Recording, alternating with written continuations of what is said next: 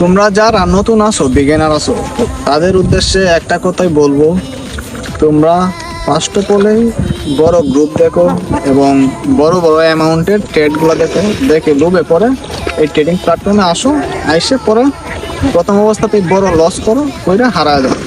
তো তাদের উদ্দেশ্যে একটা কথাই বলবো, বড়দেরকে না দেখিয়া, বড় অ্যামাউন্টের ট্রেড না দেখিয়া, লোভে না পড়িয়া ফার্স্ট অফ অল আসো, এমন একজন মেন্টর খুঁজো যার কাছ থেকে তুমি সঠিক গাইডলাইন পাবে, প্লাস স্ক্যামিং এর শিকার হবে না।